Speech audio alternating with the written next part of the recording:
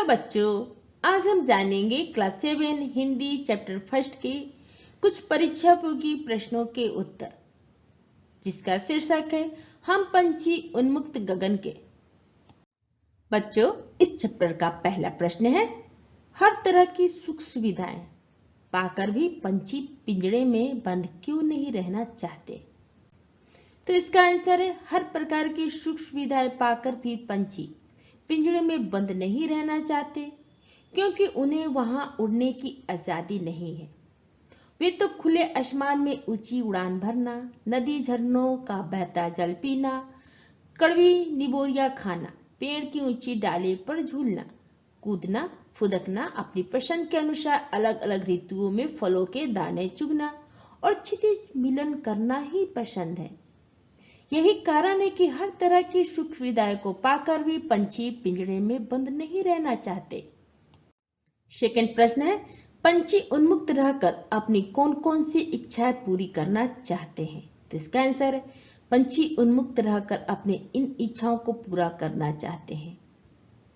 कहा है, वे खुले आसमान में उड़ना चाहते हैं। कहा है, वे अपनी गति से उड़ान भरना चाहते हैं।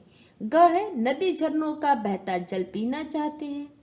घ है, नीम के पेड़ की कड़वी नींबोरियां खाना चाहते हैं। अंग है, पेड़ की सब ऊंची फुनगी पर झूलना चाहते हैं। वे आसमान में ऊंची उड़ान भरकर अनार के दानों रूपी तारों को चुगना चाहते हैं, क्षितिज मिलन करना चाहते हैं। थर्ड प्रश्न में है, भाव स्पष्ट कीजिए। पंक्ति है, या तो क्षितिज मिलन बन जाता या तंती सांसों की डोरी। इन पंक्ति का आंसर है कि इन पंक्ति में कवि पंछी के माध्यम से कहना चाहते हैं कि यदि मैं स्वतंत्र होता तो उस असीम क्षितिज से मेरी होड़ हो जाती, यानी कंपटीशन हो जाती। मैं इन छोटे छोटे पंखों से उड़कर या तो उस क्षितिज को जाकर मिल जाता या मेरा प्राणांत हो जाता, यानी मेरा प्राण का अंत हो जाता। फोर्थ प्रश्न है, कई लोग पंछी पालते हैं। तो का है, पंछियों का पालना उचित है अथवा नहीं, अपने विचार लिखिए। कहा है, क्या आपने या आपकी जानकारी में किसी ने कभी कोई पंछी पाला है? उसकी देखरेख किस प्रकार की जाती होगी, लिखिए। तो इसका आंसर का है, हमारे दृष्टिकोण से पंछियों का पालना उचित नहीं है। इससे हम उनकी आजादी पर रोक लगा देते हैं, उनकी इच्छाओं, सपनों तथा अरमानों पर पाबंदी लगा देते हैं। अतः पंछियों का पालना सही नहीं है। उन्हें प्रकृति में स्वच्छंद विचरण, यानी स्वतंत्र होकर विचरण करने देना चाहिए। उन्हें वही प्रसन्नता मिलती है, न कि हमारे पैदा किए हुए बंद पिंजरे के कैद में। ख प्रश्न का उत्तर है, हमारे एक पड़ोसी ने तोता पाला था। उस पड़ोसी ने उसे मेले से खरीद कर लाए थे। उसके परिवार के सभी सदस्य मन से उसकी देखरेख किया करते थे। प्रतिदिन उसके पिंजरे की सफाई किया करते थे। एक कटोरी में पानी पीने के लिए तथा खाने के लिए चना दिया जाता था। इसके अलावा तोते को मौसमी फल तथा मिर्च भी खाने को दिया जाता। मेरा पड़ोसी घंटों उस तोते से बातें किया करता और उसे लेकर उसे घुमाने पार्क में जाया करता। तोते ने घर के सभी सदस्यों के नाम रट लिए थे, लेकिन तोता खाना भारी मन से खाता था। जब मैं पड़ोसी के घर पिंजरे के पास जाता तो वो हमारी ओर आशा भरे दृष्टि से देखता था।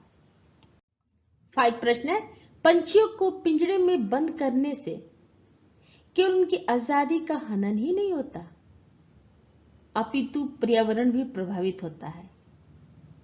इस विषय पर आप 10 पंक्तियों में अपने विचार लिखिए।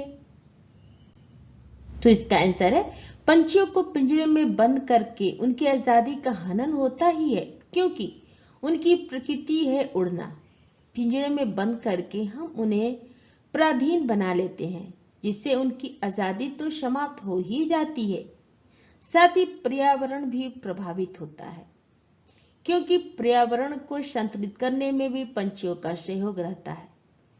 पंछी आहार श्रृंखला को नियमित करते हैं, जैसे घास को टिड्डा खाता है, टिड्डे को पंछी खाते हैं, और यदि पंछी ना हो तो टिड्डों की संख्या अत्यधिक हो जाएगी जो फसलों को नष्ट कर देंगे।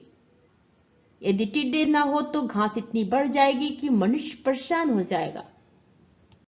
6 प्रश्न है, क्या आपको लगता है कि मानव की वर्तमान जीवन शैली और शहरीकरण से जुड़ी योजनाएं पंछियों के लिए घातक है? पंछियों से रहित वातावरण में अनेक समस्या उत्पन्न हो सकती हैं। इन समस्याओं से बचने के लिए हमें क्या करना चाहिए? उक्त विषय पर वाद विवाद प्रतियोगिता का आयोजन कीजिए।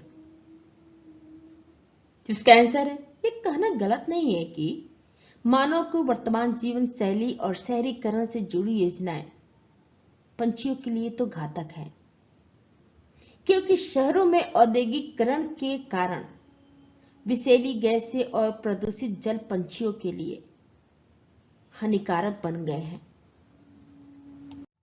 बच्चों, वही दूसरी ओर अधिक से अधिक भवन निर्माण के कारण वनों व हरियाली वाले इलाकों को काटकर बड़े बड़े भवन बना दिए जाते हैं, जिससे पंछियों का आश्रय स्थल समाप्त हो जाता है। साथ ही वृक्षों से प्राप्त खाद्य पदार्थ, फल फूल आदि उन्हें नहीं मिल पाते।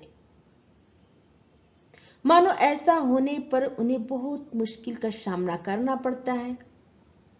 पंछियों से रहित वातावरण में आहार श्रृंखला प्रभावित हो जाएगी, पर्यावरण संतुलित नहीं रहेगा।